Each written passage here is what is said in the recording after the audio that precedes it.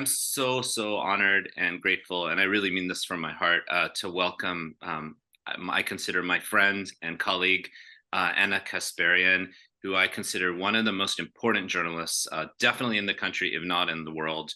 Someone who speaks truth to power and is very is has such integrity in the way she approaches questions of politics, questions of the news, and questions of what it means to be American, and let alone a citizen in on the planet, in the world today. So, Anna, I know we've actually known one another for over a decade, and I just wanted to tell you how much I appreciate every way in which I've had an opportunity to collaborate with you and receive your support. And I'm really grateful that you could join us and the Utopia. Thank you.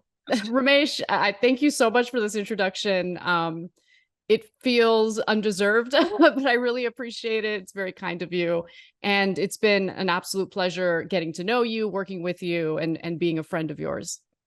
I don't know if you remember this, Anna, but I first met you when you were running this sort of panel show that was sort of a Bill Maher type of project that the Young Turks put out called The Point.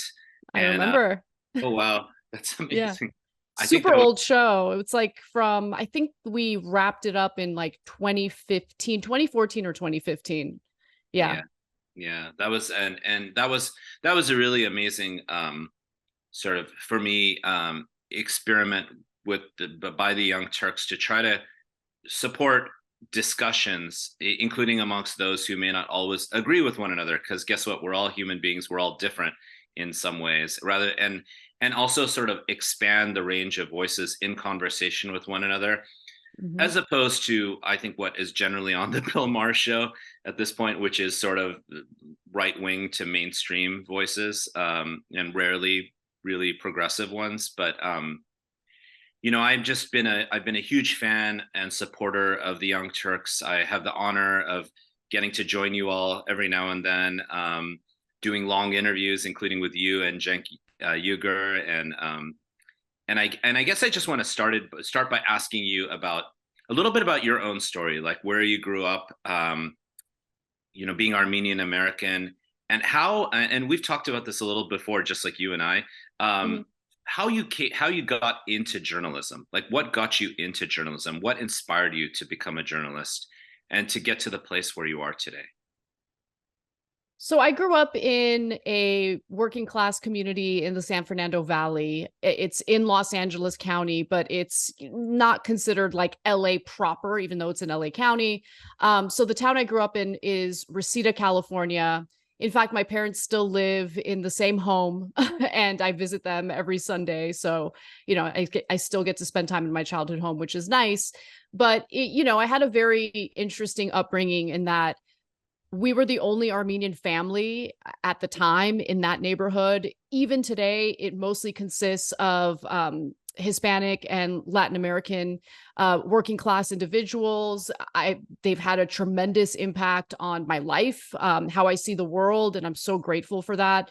So I had the pleasure of growing up in a very diverse place and having the pleasure of enjoying all these different cultures around me, but it did feel a little isolating as the only Armenian in my elementary school. People didn't know what Armenia was. Talking about the Armenian genocide seemed strange to people. And it wasn't really until I was in college where I started to realize that more and more people in Los Angeles, at least due to the gigantic Armenian diaspora, were aware of the genocide, were aware of Armenian refugees, not just pouring into the United States, but into countries all around the world following the genocide of the First World War. But that kind of shaped, I think, that unresolved trauma of what happened to Armenians has kind of been passed down generation to generation and has had an impact on the way that I see the world around me, the way that I see injustices in other countries or other parts of the world. One of the greatest injustices that's happening right now as we speak is, the plight of the Palestinian people in the Gaza Strip and the occupied West Bank.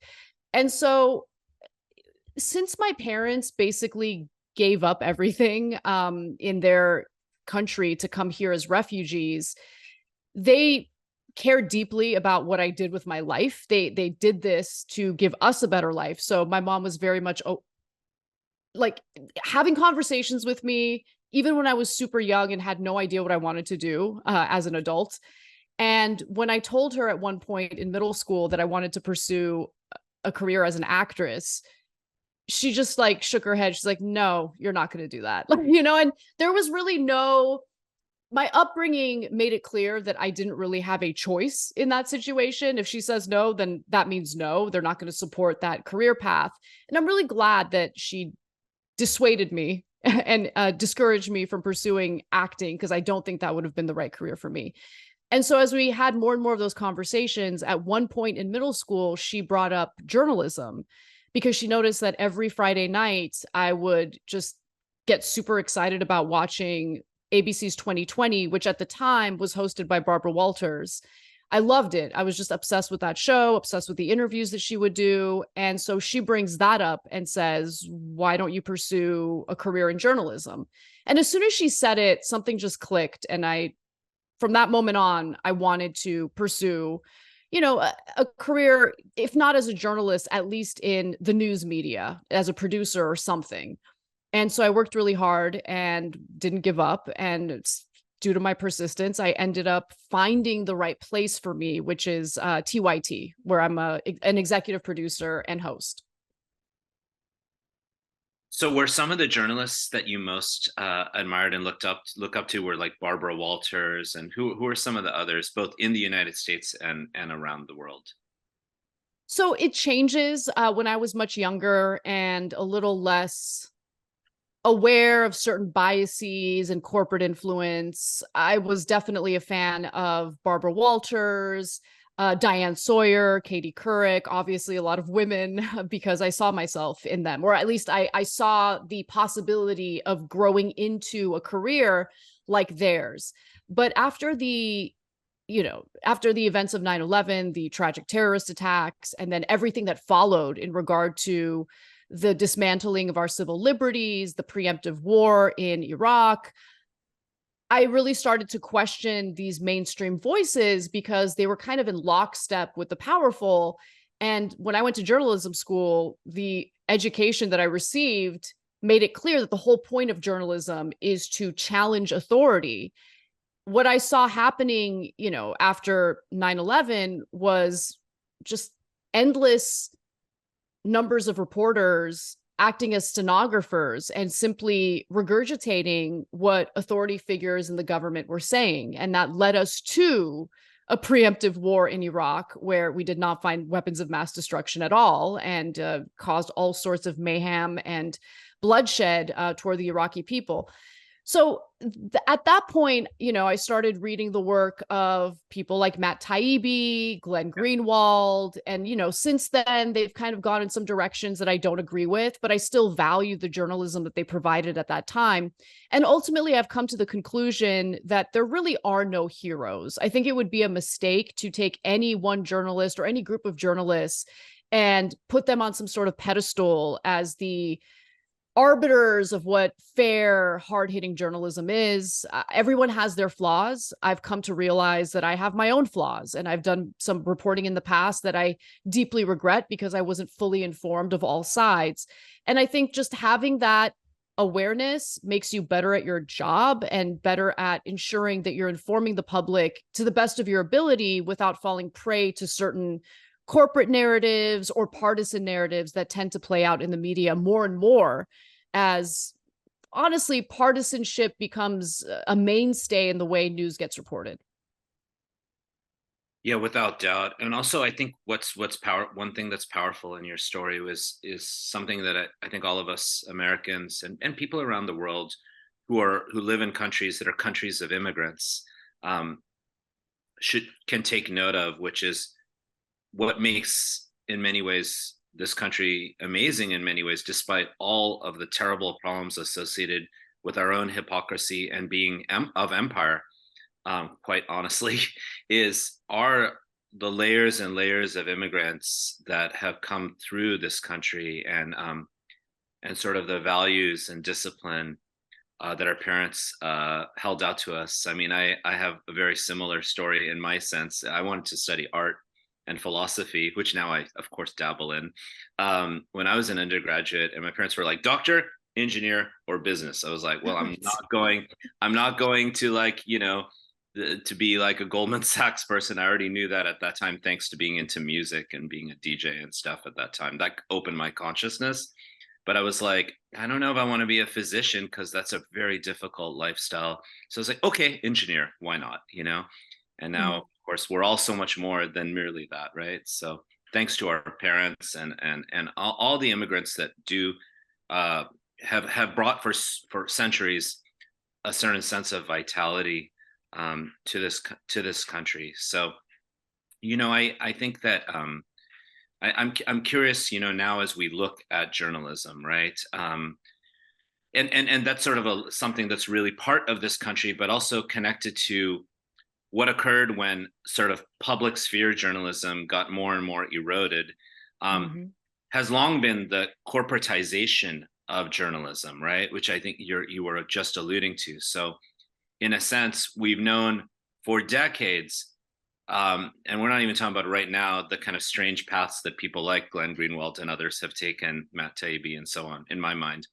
But even for decades, journalists, because of the nature of working for profit corporations, have often had pressure upon them to sort of decide what stories to promote and what stories not to promote, and how to frame events, the news events, and even their analysis of it. And we're sitting through that right now, which is unendingly frustrating.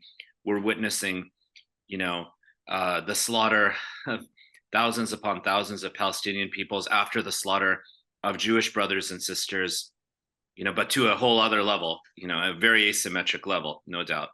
Mhm. And journalists are not really, not in a very significant way deviating from the narrative of the United States military and the United States empire, I would say.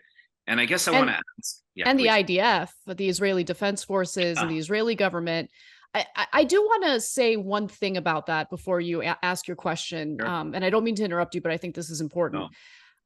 No. I've been doing this work for 17 plus years at this point, and the conflict, the war between the Israeli government and the Palestinian people has been ongoing this entire time. I mean, it's obviously been going on a lot longer than my career.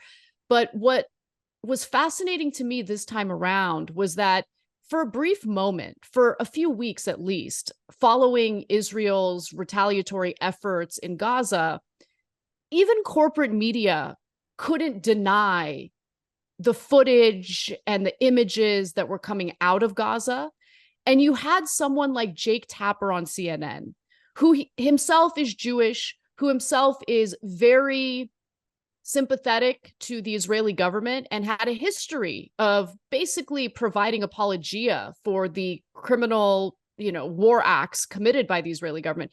All of a sudden, you see him looking at the civilian death toll in Gaza and he was asking tough questions of his guests. He was doing incredible reporting. I was actually really, really proud to see it. But then he takes a trip to Israel, as many of the corporate media anchors did at the time. They watch a 45-minute propaganda video put together by the Israeli government, which shows the atrocities and terrorist acts committed by Hamas. And it was amazing how much the reporting changed after that. And suddenly the excuses for what Israel is doing, the excuses and cover for the war crimes that the Israeli government and the IDF is committing started getting reported, right? Basically, let's go right back to where we started in pretending as though this asymmetrical, lopsided war isn't actually taking place, that all of the atrocities are committed by the Palestinians against, the Israelis. It was really sad to see things kind of snap back to where they had been. But what's also different this time around is that the media landscape has really been flooded with so many different independent voices who are not in any way associated with the traditional legacy media outlets like the CNNs or the New York Times or the Washington Post or the MSNBCs, NBCs, CBSs. You have sources that are now reporting on their own, like let's say at platforms like Substack. And you can't basically shield the American audience and readership from the reality on the ground in Gaza anymore. And that's really important to note. And I think that's an incredibly important development that I hope continues to expand, because it is changing the hearts and minds of American voters, the vast majority of whom want a ceasefire in Gaza. I would have never thought that this day would come. And I'm really happy to say that, you know, again, the hearts and minds of Americans are changing, and I think for good reason. It's such an important point, Anna. And I actually had noticed that Jake Tapper and a couple other mainstream media journalists were like, wait a second, this is not okay. Wait a second, this reminds us of what happened after 9/11 and with the Iraq War and so on. This is sort of uncanny, and this is not okay. But at the same time, again, in Tapper's case, and we've seen with many mainstream media journalists, them continuing to toe the line and kind of parrot the IDF/US State Department /US corporate machine sort of signaling. And I guess, and so I wanted to tie that to what you just said, which is now there's an opportunity, and we see right now many other voices sort of getting out there and getting to Americans and getting to people around the world. And I guess I wanted to ask, you know, for journalists, how are they able to survive? And I partly mean that financially, but I also partly mean that in terms of being like shut down or canceled or you know, fear being put into their lives, because we know there's a lot of, you know, trolling and worse. How are you? How, you know, I consider you very much an independent journalist on every level. How are you all able to pull this off? Well, it's not easy. It's incredibly difficult. And so, you know, every morning we begin our production meeting with just this mountain of potential topics that we're going to cover on the show. Yeah. And we have to parse out what we absolutely must cover, knowing full well that some of those stories aren't going to draw the numbers and the revenue necessary to basically stay afloat. And so as a result of that, we find ourselves having to balance the stories that we care about, the stories that, you know, give the network and the main show, which I'm the executive producer of, the gravitas and you know, the loyal audience that we have. We have to balance that out with, I wouldn't say stories we don't care about, but I would say stories that tend to be a little more controversial in nature. You know, there's some sort of drama or conflict involved, usually stories involving infighting within the Republican Party. Stuff like that tends to do really well. And that's not to say that those stories aren't important at all. But when you compare, you know, catfights within the GOP to the weight of what's happening in Gaza, or what's happening with, for instance, the huge lobbying effort right now to re-implement the standards that allow for businesses to charge Americans junk fees, right? Like, that's a dense story. Like, that's not going to draw in a giant number of like viewers. Yeah. But we got to cover those stories for the audience that does exist, that does care, that wants to know about that stuff, because it's not going to be reported really anywhere else. There might be a few other sources, but it's so important for Americans to get information that helps them understand the world around them, why their economic situation feels and is as unstable as it is. These are hard-hitting stories that I think were a mainstay in American journalism back when we had something known as the Fairness Doctrine. And the Fairness Doctrine ensured that the media, the news media, was operating in a way that served the public interest and actually covered all sides fairly. Since the dismantling of the Fairness Doctrine, though, you see certain characters and figures like Rush Limbaugh pop up and replace what traditional news media was. And I think that was to the detriment of the American people. And I think that has led to what we're experiencing today, where Americans don't have trust in our institutions, and that includes news institutions.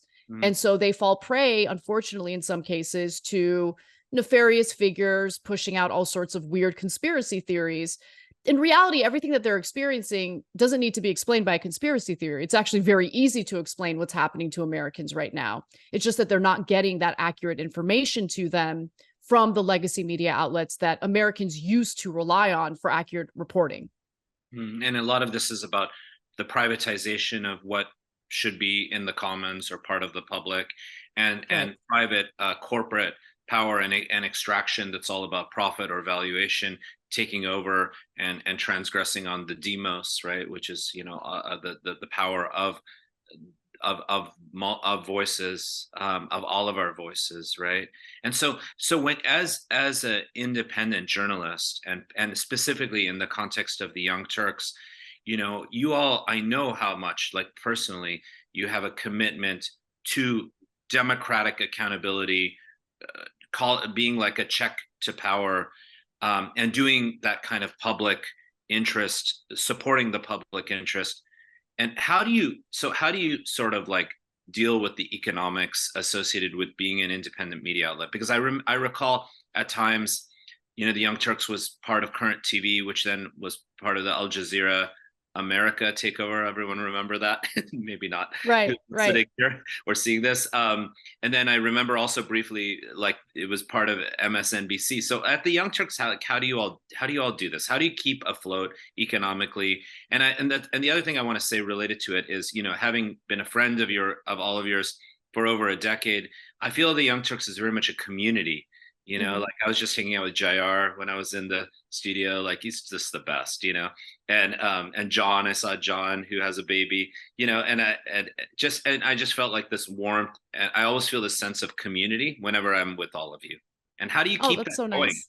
Yeah, I love all of you. Yeah, it's like, well, it's man, mentioning Current TV. So Current TV was where the Young Turks ended up. Like, there was a television version of our show on Current TV, but that television version ended after Current TV was bought out by Al Jazeera. Cenk decided against transitioning over to Al Jazeera for whatever reason. I think it was the right decision, to be quite frank, because we were also simultaneously doing the online version of the show, and doing both versions every day was difficult, emotionally and mentally taxing. And so I was really happy to hear that we were going to just go right back to focusing on our online show, which had a much larger audience, and I think gave us a lot more freedom.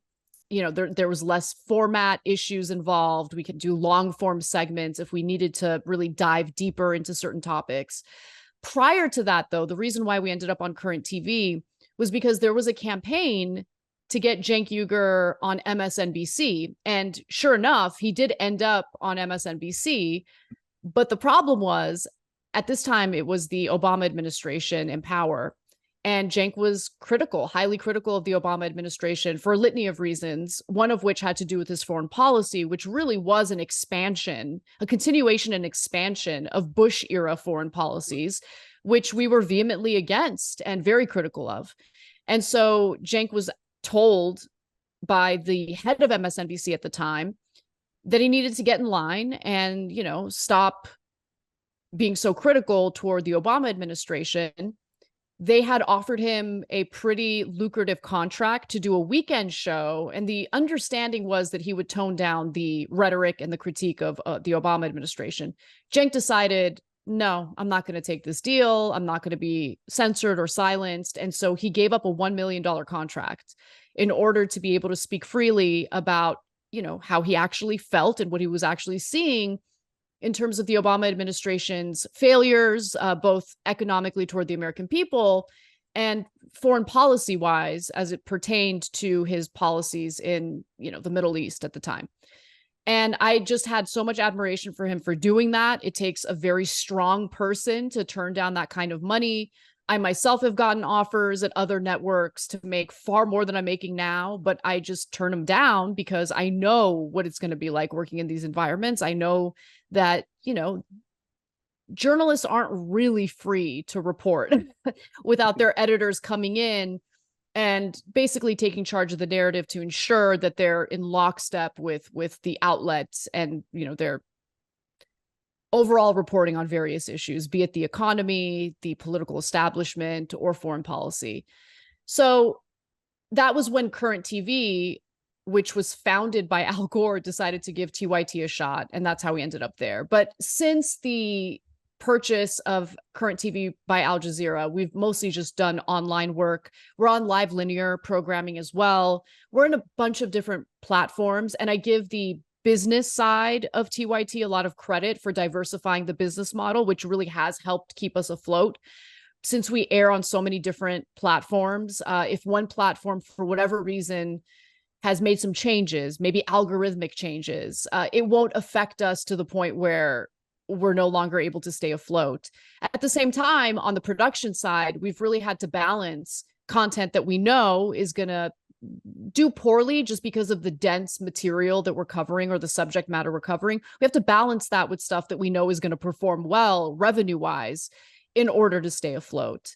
But I think that we've struck a pretty good balance. And it's a frustrating puzzle every single day. And sometimes I'm very frustrated by it. I was frustrated today. We're going to have a Thanksgiving break, but we need to generate revenue during the Thanksgiving break. So we have to meticulously plan for content that will be released while we're on break. And, it's always a race. It's always super stressful. I constantly feel like I'm being squeezed by the revenue responsibilities, but you have to worry about those things because if you don't have a news business that can stay afloat, you're unable to cover these stories the way that TYT has been covering them.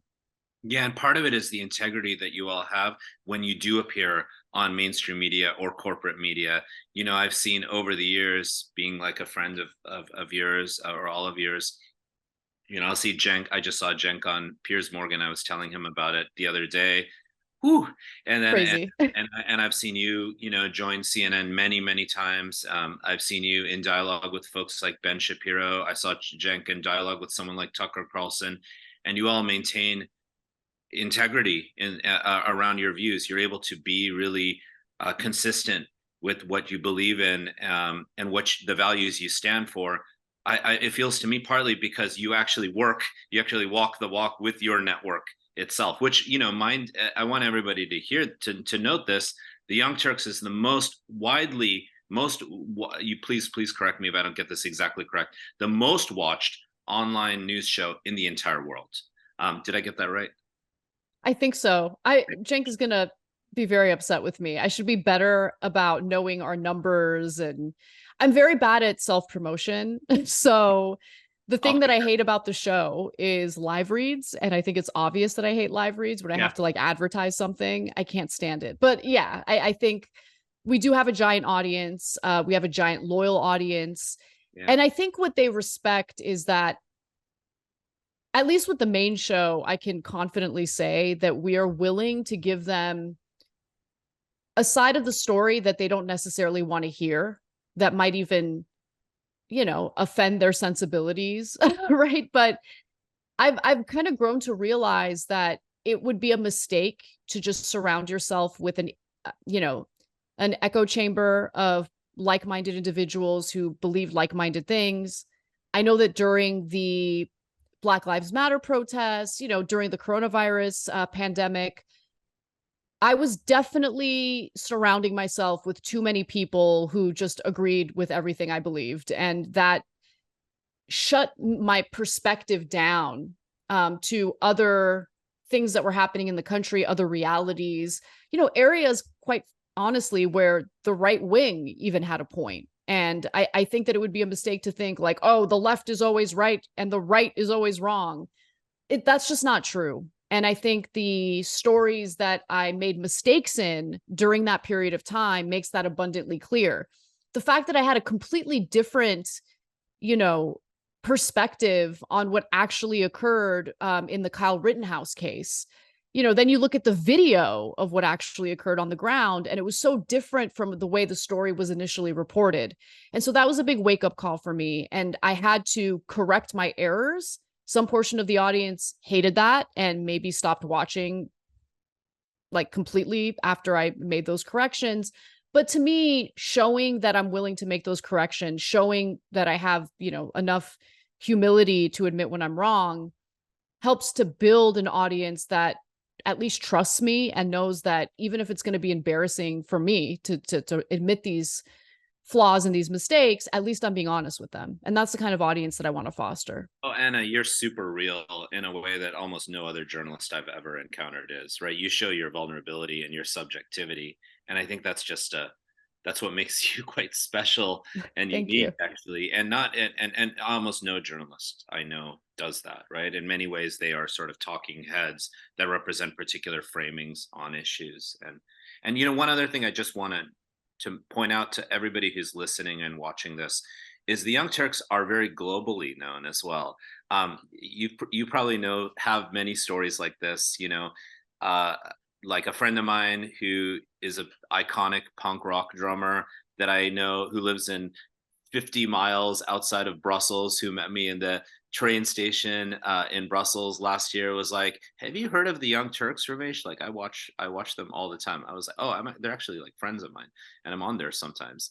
And he was like, "What?" Or I was just in India. I know this is my Mhm. crazy life, like literally a week ago, and I was in a suburb of Bangalore, South India, and this like engineer guy who's a friend of mine was like, "Oh yeah, Ramesh, you were on the Young Turks the other day." I was like, "Whoa, you're watching the Young Turks." So this is also something that some of friends of mine who are independent musicians and artists tell me, that yes, there is always the importance of staying financially afloat, especially in a nation or in a world where the public journalism is not appropriately supported, and much of our public journalism in the United States is, how do I say that, a bit, I don't want to be too graphic with it, but it's sort of like the guts are cut out of a lot of it. Let's put it that Mhm. way.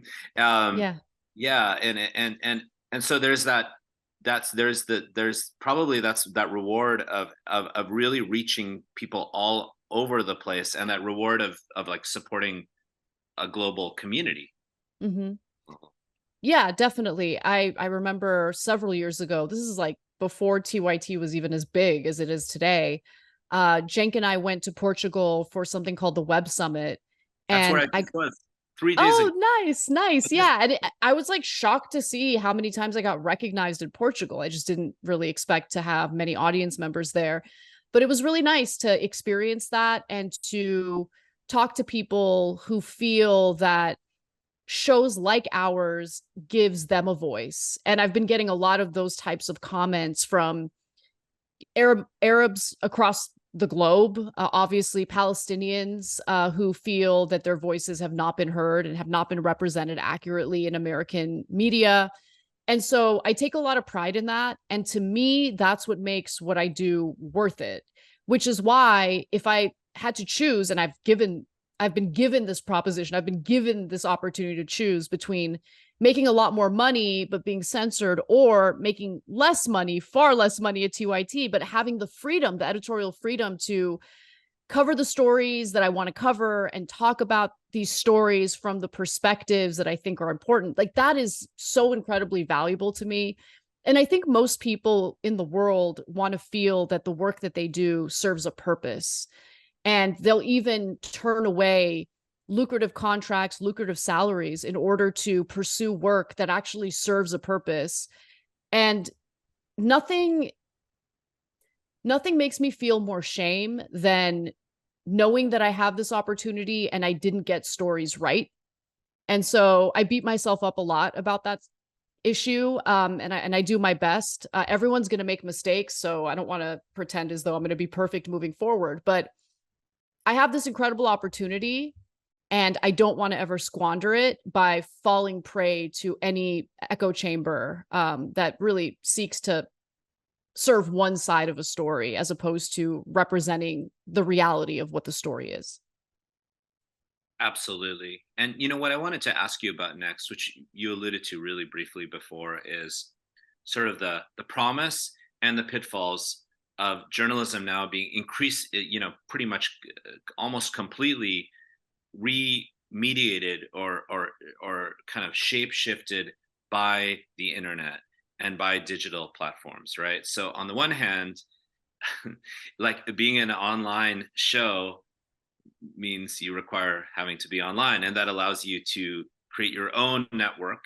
I mean, you, all of you, and reach audiences that way without having to go through corporate media gatekeeping, right? Hmm. Hmm. Which is, what is required, whether it's even in print media, like in the past, at least with New York Times, even, or the Washington Post, which has great journalists but is owned by Jeff Bezos, right? It's like, Hmm.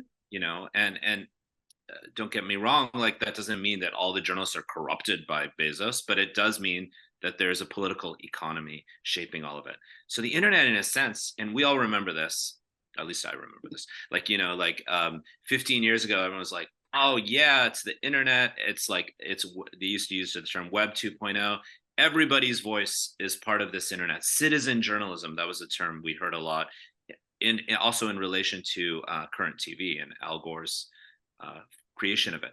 Um, and then we saw, as we all know, that the internet is also redirecting content because of corporate big technology platforms that Hmm. tend to optimize inflammatory, outrageous, hateful, and sometimes just deliberately false content. Much of which has supported the rise of extremists in the United States, has supported the organizing of extremist and terrorist actions, I would say, like January 6th, um, and even in a sense is directly tied to the rise of neo-fascists like the former president Donald Trump. Um, Hmm. yeah, we also saw the internet being like $18. Everyone give $18 to support the Bernie Sanders campaign, which I worked on. Full disclosure, so we see this internet kind of, and the corporate technology platforms that drive the internet redirecting and actually, in a certain sense, blurring and manipulating and bordering what could be a real public sphere. Yet at the same time, without the internet, how can the Young Turks be what it is? So I Right. guess I want to speak to you about what you think, where you think we're at when it comes to all of these things, and then I want to ask you about labor issues and the future of journalisms and journalists. I'll ask you about that next. Yeah, well, I think that you're hitting on a very real problem, but I think it would be a mistake to think that it's simply these various platforms and their algorithms that is pushing people to extreme ideas or extreme programming, because you really need the public to completely lose faith and trust in traditional legacy outlets for them to consider some of the more extreme outlets that, we can talk about. The Alex Jones of the world, I think, is a good example. And so I'll give you an example. You mentioned what happened on January 6th. And obviously that was a horrible day in America. Watching that footage like broke my heart.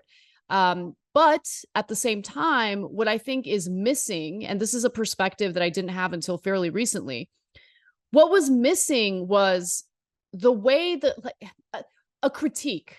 What was missing was a critique of the way the media covered that rioting versus the way the media covered riots that took place during the Black Lives Matter protests in the summer of 2020. So, look, the legitimate protests should not be undermined by the reality that there were definitely bad actors exploiting those legitimate protests in order to engage in horrible rioting that victimized, local communities, destroyed mom and pop businesses, and the way that me, like, I felt prey to this too. I totally believe the mainstream media, narrative on that, which totally downplayed all of the riots that took place. And so you have all these people living in all these local communities who have like lost everything because of the fires that were set, the businesses that were looted, everything's a mess. They're not getting any accurate coverage or representation in legacy media. And so, what do you think that communicated to Trump supporters who were considering rioting in the Capitol on January 6th? Well, if those guys are allowed to riot, why can't we riot? And you can see the difference, the double standard in coverage there. And I think that it's really important to point that out, because what I think that ends up doing is it ends up driving audiences and readers to the extremes, because they no longer trust traditional forms of media. They no longer trust the legacy media outlets. So I think that we need to take some accountability in that area. At the same time, I do think that there is something to be said about how these various platforms want to increase engagement. They want people to spend more and more time on their platforms, consuming the content on these platforms. And the way to do that, the way to keep people engaged, is to, focus on the outrageous, focus on the extremes. And I don't know what you can do to mitigate that. I don't know if there's ever going to be any type of policy that can mitigate that. What I do know, though, is that it's important to take a sober look at the American political landscape and actually engage in a good faith effort to understand why people are feeling the way they're feeling and why they're carrying out the acts that they're carrying out. I couldn't agree more. And actually to understand where the anger and where the feeling of alienation and being disaffected, where that came from, also in relation to January 6th, and those who decided to assemble that day, which they had a right to do. And where, and rather than this sort of thumbing the nose, looking down, patronizing people, whether it was Black Lives Matter protesters or January 6th protesters, right? I mean, there's a certain kind of, we are just, we govern you, we know better than you. We are, Yeah. And this kind of smug elitism is has created a lot of populist, understandably and totally, populist disaffection. Like, people are disaffected by all of these things. And so that's a whole other way of looking at where we are in the United States, right? There are these elites, and then there's the rest of us, right? And it's interesting to see that at a time where some of the most vocal voices for a ceasefire in Gaza and the most visible ones are folks like Tucker Carlson and now Candace Owens kind of voicing some support for this. Yeah. It's insane. I just watched a lengthy interview. I can't believe I'm even saying this. The Candace Owens did with Norm Finkelstein. I saw that too. Yeah. And Good. it was a really good interview. And she didn't interrupt him. She gave him space to speak. She asked good questions. I can't believe I'm saying these things, but I don't know if there was this maturation and growth in Candace Owens that I just missed because I didn't really take her seriously considering her history and the things that she said in the past. But I will give credit where credit is due. And in regard to this one issue where she's willing to go against the grain of what conservatives tend to say and do, I got to give her credit. I do. Offering a platform to Norm Finkelstein on the Daily Wire is pretty huge. It really is. Yeah. And, as we look at how to protect journalists and how important journalists are as witnesses to what's actually going on, as voices to help us all have a greater sense of reality around us, and all of us to have a sense of what we can do. It's actually really education and public literacy at its core that journalists provide to us. I guess I want to ask you. I want to ask you about where we are heading with, the viability of journalists being able to afford to continue to be journalists when we see, certain kind of, like, for example, artificial intelligence systems now being deployed. My PhD student is literally writing his dissertation on what we call generative AI, like ChatGPT and so on, and its impacts on the labor industry of journalists. this Zoom call, sad to say, that we're doing right now, Zoom has admitted it, of course, in very opaque terms of service that nobody can understand or read, but luckily journalists have written about it, is using our own data, our voice Mhm. data, our physiognomic data, our visual data to create potentially, an Anna Kasparian avatar that can do that can be sort of deployed writ large. So all of this is obviously uncompensated, just like our data is uncompensated. All of it leverages, as we've spoken about on the Young Turks, and internet and digital technologies that started and required U.S. taxpayer investments. Of Yet the course. public, it's the privatization of public life on every level, right? Like these roads right outside me, there are Amazon Prime vehicles combing these roads. They have cameras all around them to grab demographic data. They also have cameras inside them to monitor biometric data from drivers, and they're driving all over the place, serving a company that didn't pay taxes, whose founder and CEO doesn't pay taxes, yet they are using our public utilities or public investments into roads or the internet itself, which is sort of like the roads online, right? The infrastructures, and now these platforms are connected to the firing of journalists, and a world more and more where artificially intelligent entities might be doing the journalism for us all done by private corporations.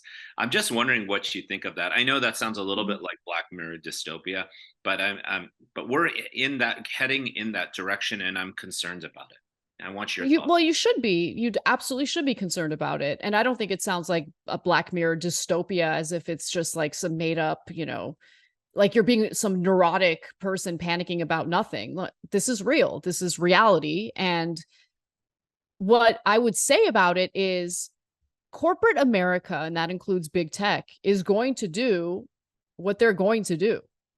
The question is, do we have a political class and representation in DC that actually A, understands what's happening? Are they cognizant of it?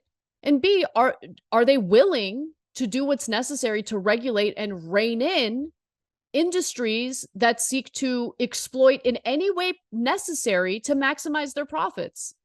And the fact of the matter is, we have, in the Democratic Party at least, an aging population of politicians who are so deeply concerned about trading their individual stocks, maximizing their own profits, having a vested interest in the financial success of these corporations.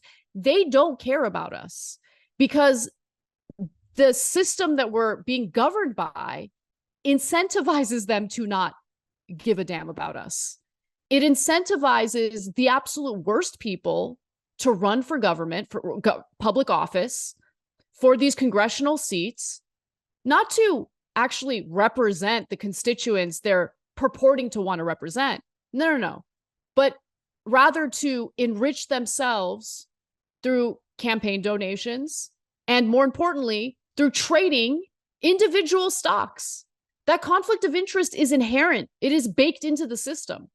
And so I'm not going to begrudge corporations for doing what corporations are supposed to do. They are machines that seek to maximize profits, period. That is what they do. We are supposed to have a political system that is supposed to shield the American people from the excesses, from the exploitative practices of these corporations.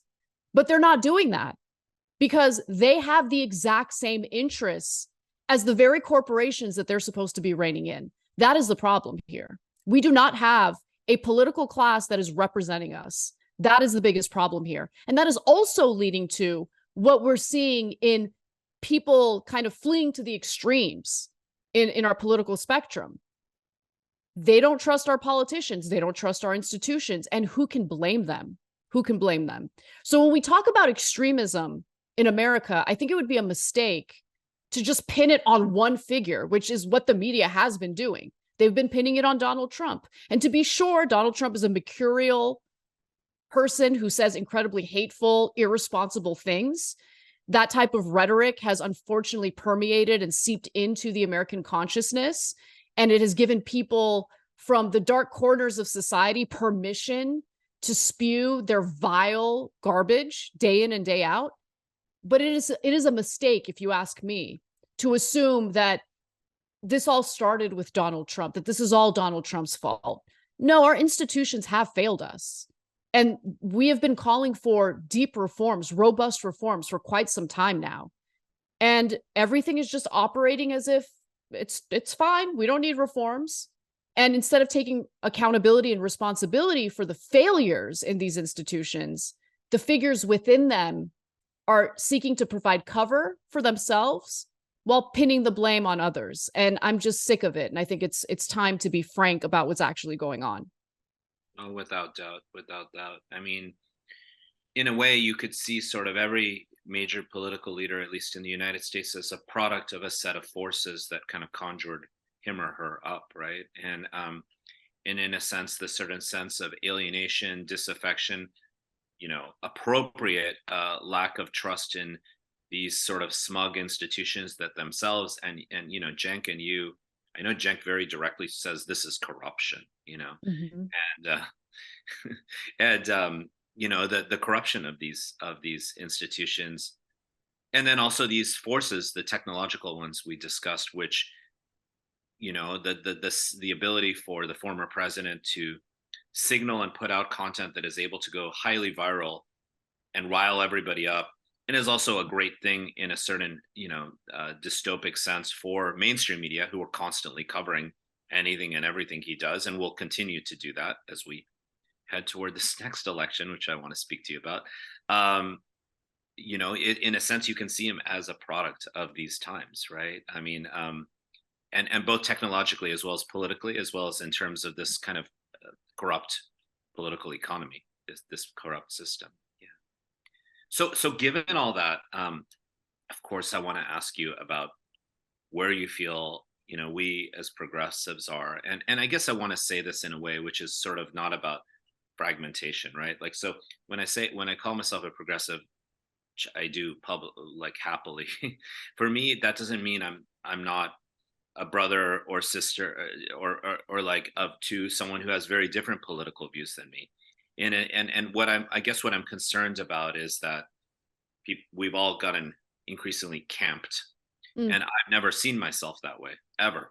I don't feel like you're at all like that either. Like, you'll talk with anybody. You want to hear from all voices.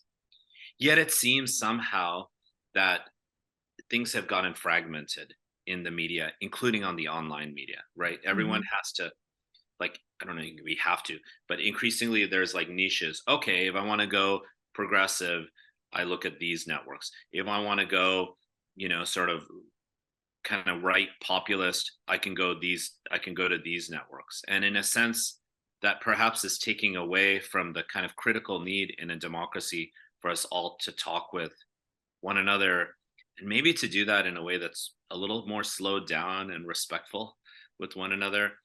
But it seems like all of that is at tension with the ways in which branding has to occur, and the ways these economies have to occur, which put out viral inflammatory content. So how do we, what do we do about all of this? Do you have any ideas? Because I'm not Yeah, sure. I mean, I think you make such a good point about how the the current business model in media does encourage a more partisan lens in coverage, right? So a lot of the branding, even TYT, I mean, home of the progressives, has been our branding over the last several years, since at least 2016. And I actually would like to, it's not up to me. Let me just be clear about that, right? I'm the executive producer of one show on the network, the main show, and the host of that show, but it's an entire network, and it's not really up to me to make decisions about branding. However, if I had a say in any of it, I would want to move away from that branding. And the reason why I say it is not because I no longer agree with progressive politics, but I would say that when you have that kind of branding, there's this pressure to live up to that branding. And the pressure to live up to that branding, I think, has, I'm only going to speak to myself, has blinded me to varying perspectives that I think should be represented, and in some cases make good points about various, big issues facing the country today. And so lately there have been like increased allegations that I'm like a closet Republican, which I'm not. But there are some policy areas and some policies that were implemented by progressives in big cities that I think have been failures. And I think we need to be real about that. I think that if we're going to purport to want to make people's lives better, we can't then turn a blind eye to policies we've implemented that have actually made people's lives worse. So I'm going to always be honest about those issues. And I've been increasingly honest about those issues on the show.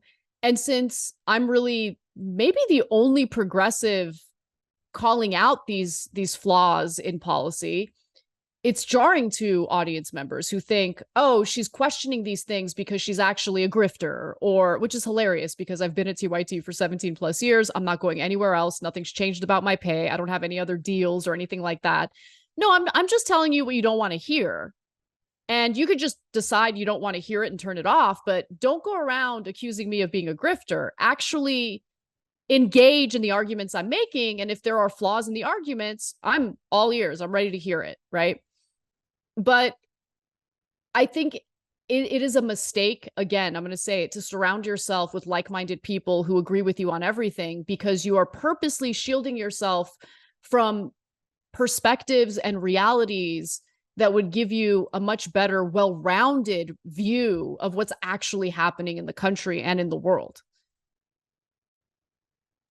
And so what are, just to ask directly, like what are Yeah. some of those policies that you feel like that have been pushed through by so-called progressives that have done us a disservice?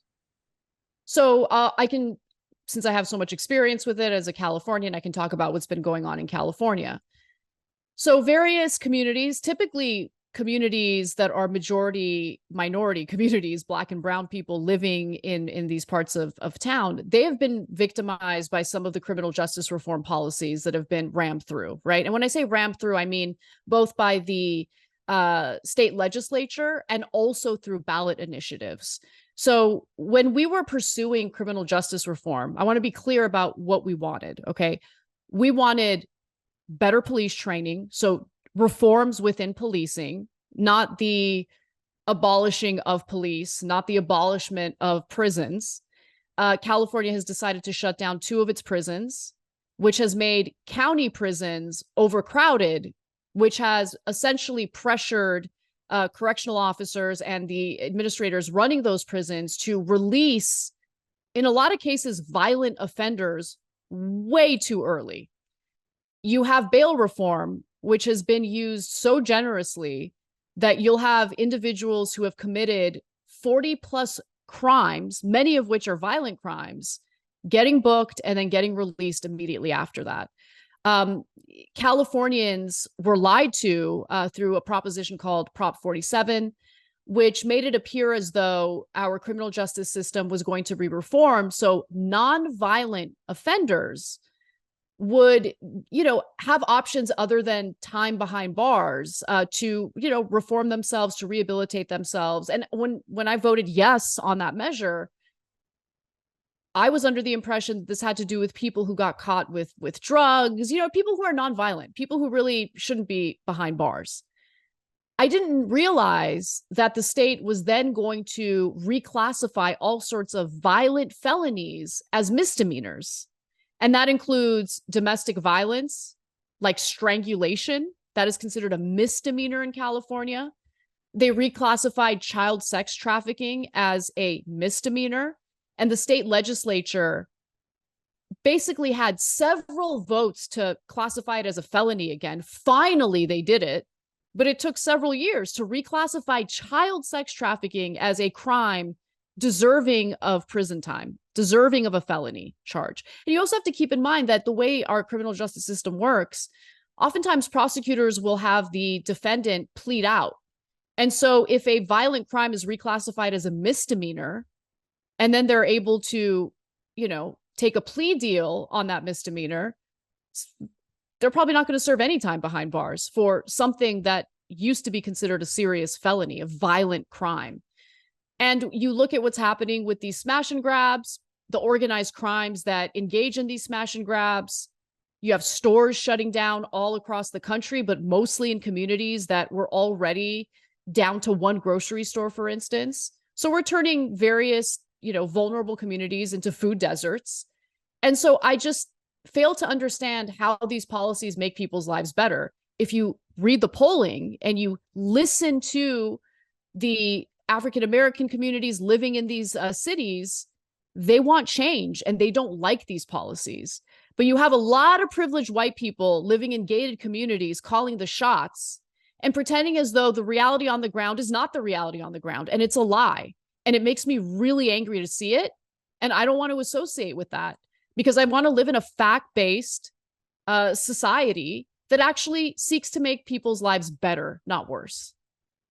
It's so powerfully said, and it is yet another example, Anna, of the sort of division is more between elites who are paternalistic and patronizing, and kind of think of others as sort of like almost their subjects in a sense. Mm-hmm. It's very, very imperial actually, and the rest of us, right? And so that's why I feel again, journalism is all about listening to and amplifying the voices of all peoples, especially those who are on the ground, who are most affected by particular decisions or policies or events. I want to ask you about, and I know you have your own thoughts on this. And I'm going to share mine with you, and we've spoken about it briefly, like offset before. This whole like caricature of all of us who stand up for civil rights, for social justice, for the working class, who want really truth tellers to be what journalism is all about, want an independent media. We're all getting caricatured as woke. This whole thing that my South Indian brother from another mother. I mean, I'm just being stupid and dumb joke. Vivek Ramaswamy, who drives me insane, perhaps because it's like he's South Indian. I don't know, but it's he's like, I wrote the book Woke Inc. And people like Jordan Peterson, who basically profited off of this kind of exclusionary objectification of many of us who also were part of the Sanders campaign, etc. Right? So it's to me it's a construction and an attempt to objectify many people, many of us who have quite different views, actually in many cases from one another, but actually share a common set of values that believe in real democracy, that believe in trying to fight back against the incredibly economically unfair system within which all we are living in this country. Unbelievable. 3 people with equivalent wealth to 160 plus million people in this country. And it's and I guess I want to ask about that, how in a way perhaps some of us took that bait and kind of got spiraled out in these woke circles and started canceling and yelling at one another. But for me, so much of this is a construction and a manipulation, an ideological manipulation of those with power. Again, to me, it's about elite and the rest of us. But that's my 2 cents, my take on it. And I want to know, I want your thoughts on how how we can get out of those snake pits that I feel those were putting us in, which I think again are reconstructed and re-architected and amplified by algorithmic systems, of course. Your thoughts on this whole woke thing, and I feel like I keep hearing people who always want to talk about that as the main problem, rather than the main problem actually being elites disenfranchising us and funding imperialism and war machines and climate disasters and financial crimes and a million other things. Well, I mean, I think that the quote unquote woke perspective is carried out by the elite on the left. And when I say left, I'm not talking about leftists. I'm just talking about, broadly speaking, those who identify as on the left, liberals, whatever it is. They tend to spend a lot more time engaging in language policing, browbeating, scolding, and all sorts of unempathetic behavior that is more intent on placing themselves on some sort of moral pedestal while looking down at others as unsophisticated, as hateful, even if what they're engaging in might not actually come from a place of hate, might come from a place of, you know, not being informed, or, Americans are barely making ends meet. So many Americans are working multiple jobs to make ends meet. Housing is unbelievably unaffordable and unattainable.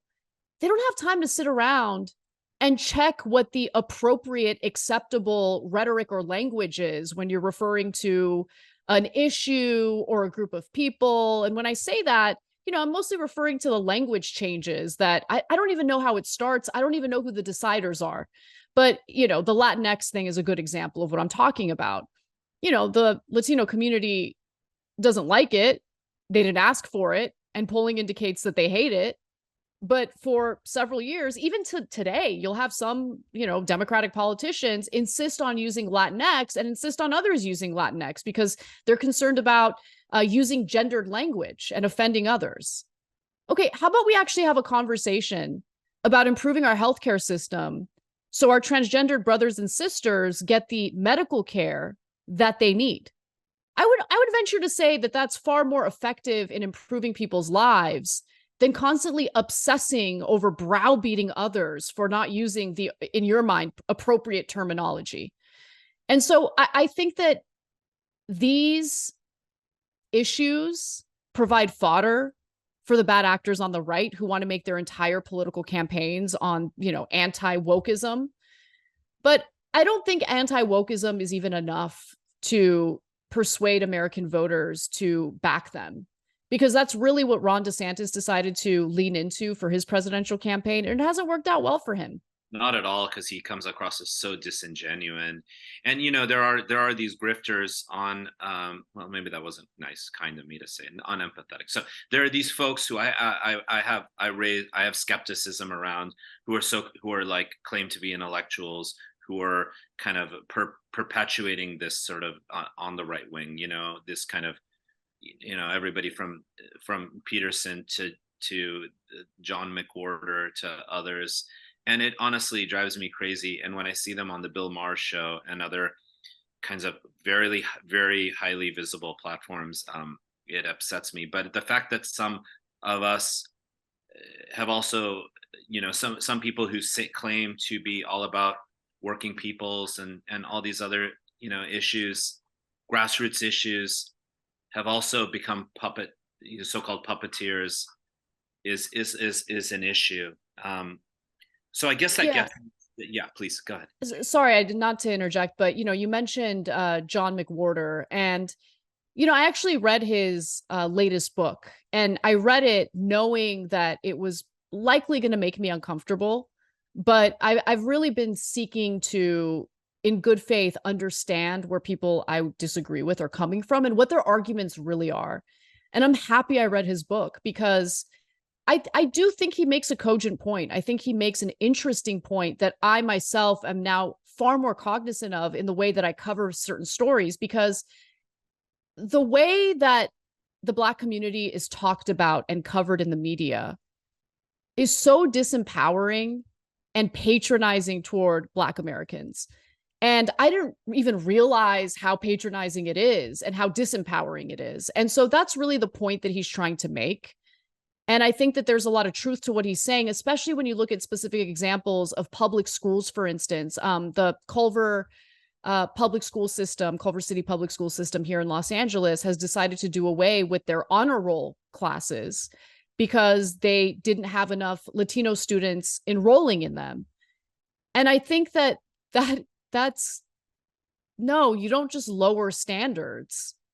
You expect excellence from students that I know, without a shadow of a doubt, have excellence within them and can rise to the occasion.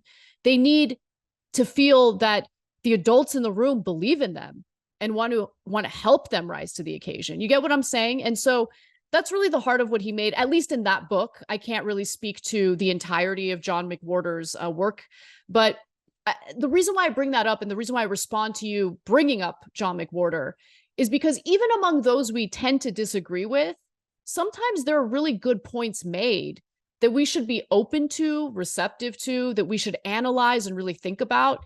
And again, it's so hard to do. I totally get how difficult that is. And reading his book, there were moments where I reflected on my work. I couldn't help but cringe at some of the things I had said in the past because it kind of took a mirror to my reporting and the work that I've done. And I think that's important. I think it's self accountability is important. And again, that's not to say that John McWhorter is right about everything, but there are some perspectives that we should consider. Thank you for saying that. And also, I think it's an example of exactly what you're saying, which is what actually is being lost is empathetic behavior, and we're like using the bait of language rather than actually listening to the ideas that one another have. And it's so important for us to have a media, it's kind of a tech term, but ecosystem where we're all able to talk with one another, the listening practice, the deep listening practice. Look, some of the things, some folks connected to Black Lives Matter may have said may not be on the surface literally great ways of describing some phenomenon, but we look behind that at what, like the pain and the suffering, and what, you know, my colleague Judith Butler calls a listening practice. I think that's so important. So, you know, now I have two final questions for you, Anna. One is about the forthcoming election, and then the other is sort of a bit more of your sort of a dream or a vision of what life may look like, both within the country and around the world, around the planet. So, you know, we were just speaking about kind of the patronizing ways identities are being objectified, you know, with this example from the Culver School District or others. And, you know, one thing that our President Biden said when he was on the Breakfast Club, when he was running in the Democratic primary, I believe it was during the primary, not during the general, but I could be wrong with that. He said, "Hey, if you don't vote for me, you're not Black." Like, you know, I look, the president says things clumsily, and maybe that's not exactly what he meant, and so on. But there's something quite out of touch expressed in comments like that. Obviously, I would say that's quite insulting on its surface to other Yes. incredible living beings who have intelligence and thoughts and minds and spirits, like all of us, like my African American friends. We have many. Yeah. It's I like, whoa, mean, there's something sick about yeah, an old white guy serving as thinking of himself as the arbiter of who is and is not Black enough. There's just something sick about that, really. And it touches on or provides, I think, a prime example of how much the Democratic Party, the Democratic establishment, has come to feel entitled to the Black vote, to the Latino vote, to traditionally a voter base that has supported them, but increasingly feels is not being represented by the Democratic Party. And so they've taken these voters for granted, election cycle after election cycle. Look, it's devastating, but there is a reason why Donald Trump managed to increase his support among Black and Hispanic voters. And it's because of the fact that, you know, Democrats keep making all these promises and then they don't follow through. Remember, there were 2 Senate runoff elections in 2020 in Georgia. And you have Black voters in the state of Georgia working so hard to get those 2 Democratic senators elected. And the promise was that there was going to be the passage of a new voting rights bill to protect. Yeah, exactly. And Biden didn't even try. They didn't even try. They didn't even fight for it. So how many times does the Democratic establishment think that they can fail to follow through on their promises after their voters put in hard work to get them elected? and then not suffer political consequences for Like that. getting ghosted again and again and again, right? It's like Right. that experience. And so, now we're at this place where, younger peoples, certainly people who identify as progressive, are very unhappy with the basically arming, if not kind of active participation in by the United States government and our military, noting that we over 50% of our taxes do go, at least directly or indirectly, to the military budget, which actually goes to private corporations that are contractors who were literally paying our taxes to create weapons and surveillance systems. Big tech companies get tons of money from this so-called military budget. So it's sort of like we're seeing younger people, we're seeing progressive saying like we're not into this Biden presidency. We see a lot of the mainstream media say voice concern about his age and his capacity to get through this election cycle, defeat a vigorous adversary in Donald Trump if he doesn't get locked up, which I don't know. We see the emergence of this sort of strange hybrid candidate who is sort of a shapeshifter in RFK. Mm-hmm. We, see Green Party and Cornel West and Cenk kind of contest in the Democratic Party, Cenk Uygur and Marianne Williamson. And where do you see this going as the election comes? I'm not asking you to prognosticate it, but I'm just curious how you're seeing this landscape emerge and play out. I mean, I see this upcoming presidential election being won by Donald Trump. It's that simple. Poll after poll shows that Trump is leading. I mean, the New York Times Siena College poll indicating that Trump is leading Biden in key battleground states is incredible. It's incredible to me that on one hand, you have the Democratic Party constantly fear-mongering about the threat that Donald Trump poses to our democratic process, while simultaneously insisting on having Biden run for a second term, something he promised not to do when he was running for his first term. If you really think that Trump is a threat to our democratic process, then you would want to run the absolute best candidate to beat him. Biden ain't that guy. And in fact, Biden insists on providing cover for Israel as it engages in ethnic cleansing in the Gaza Strip, which has done what to Biden electorally? It has completely turned the Arab American community against Joe Biden, including in Michigan, a key battleground state.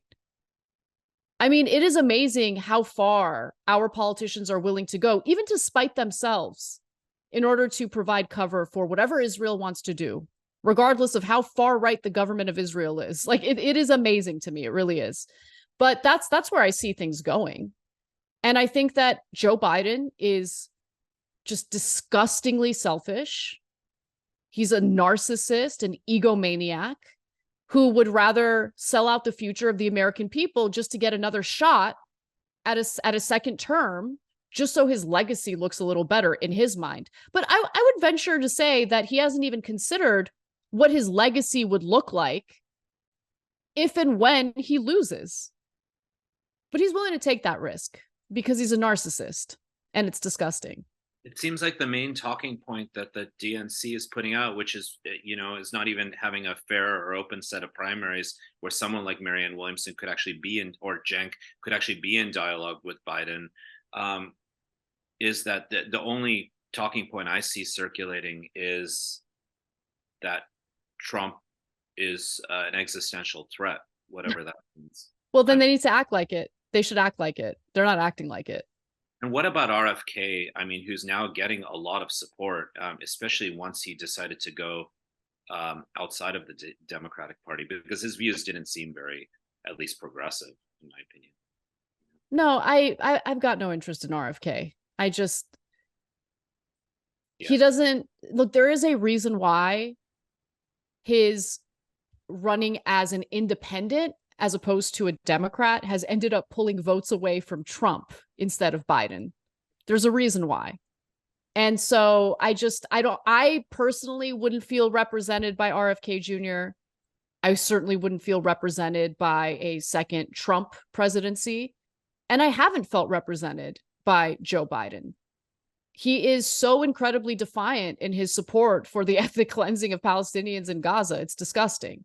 And I've said this on the show. People can't stand when I say this. I don't really care. Okay. I get what's on the other side with Trump. I get it. But regardless of that, I cannot morally support Joe Biden after he has greenlit the ethnic cleansing of Palestinians. I cannot do that as an Armenian American who comes from a people who were also ethnically cleansed and suffered a genocide. I can't do it. It disgusts me to even consider it. And if the argument is, well, it's not like Trump is any better. I don't know. I really don't know. One thing I do know about Trump is he seems to actually care about what his supporters want. And there's a growing movement within the conservative voting base, which I can't even believe I'm saying, against, U.S. involvement in what's happening with Israel. Yeah. Some of it is isolationism, which I don't really fall in the category of, but some of it is also, absolute disgust over the images that they're seeing of children being massacred.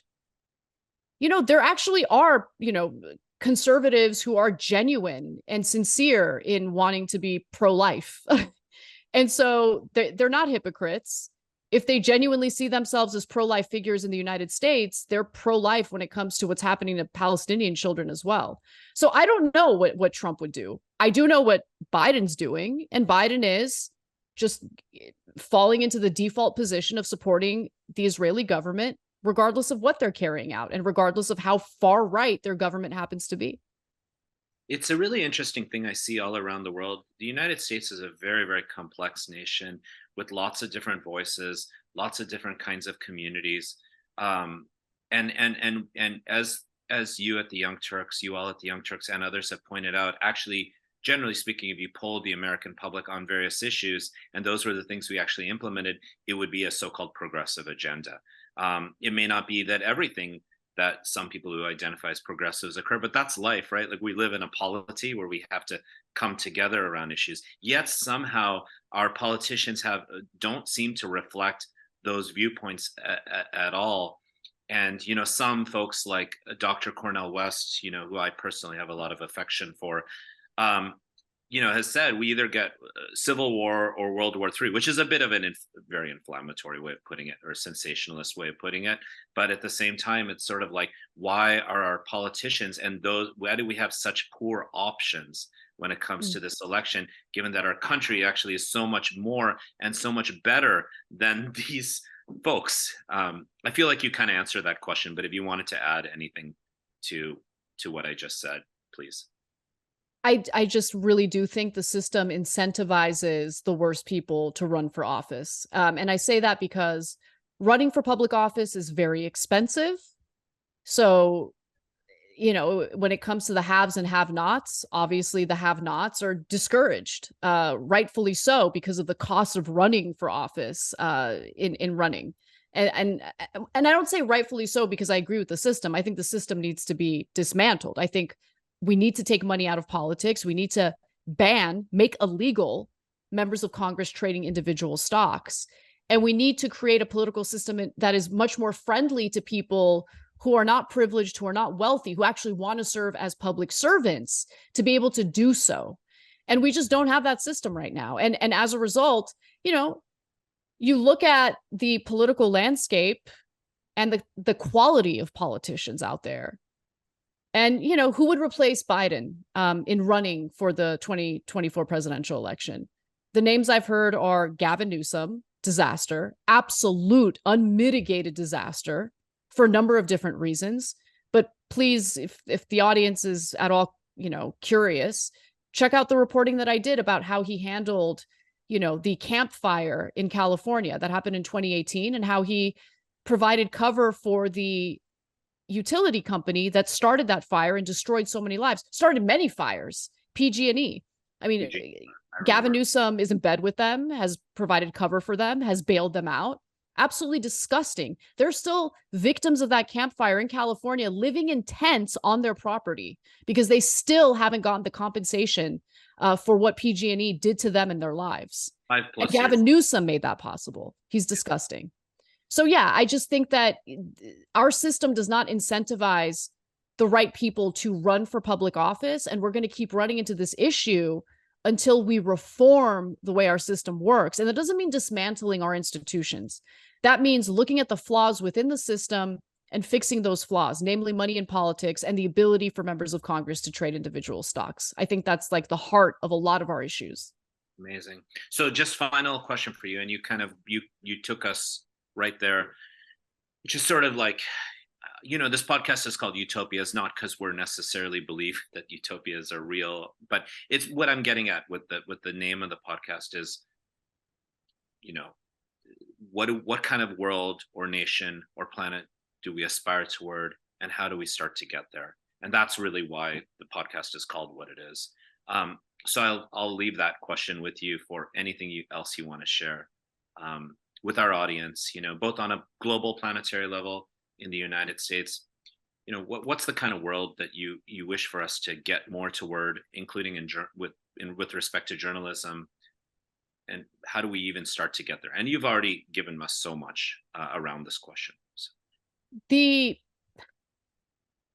ideal society that I would see, certainly in the United States, would be a 1950s style economic system that was very much influenced by FDR's policies and the New Deal, with progressive social policies that really uplift people and drive the country toward equality, where all people, regardless of their background, regardless of their race, their ethnicity, are treated with dignity, with respect, and as fellow Americans.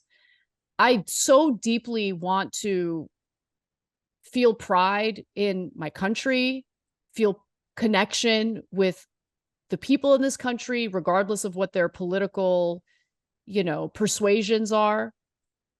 And I want to go back to a time, and I do think this existed to some extent, go back to a time when Americans deeply cared about and respected each other, regardless of who they voted for and which party they supported.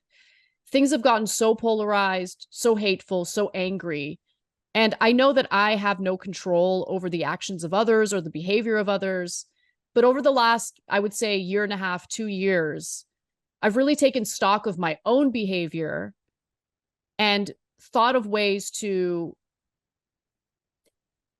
just reform myself and the way that I treat others as an example of how I'd like to see people behave in our political landscape and just within interpersonal relations among voters. Your humility and integrity, and I would even say vulnerability, is so refreshing, and it's something I've known or I've seen in you, like in the decade plus that we've known one another, Anna. And I just wanted to express my deepest thanks and gratitude for you joining us. And here's to continuing to build together. And I'm always here to support you any way I can. Ramesh, I feel the exact same way about you. You're just such a kind spirit, kind soul. And I'm very grateful to not only do your podcast, but to get to know you as a friend and have you in my life. It's been a real treasure. So thank you. Appreciate you. Thank you so much, Anna.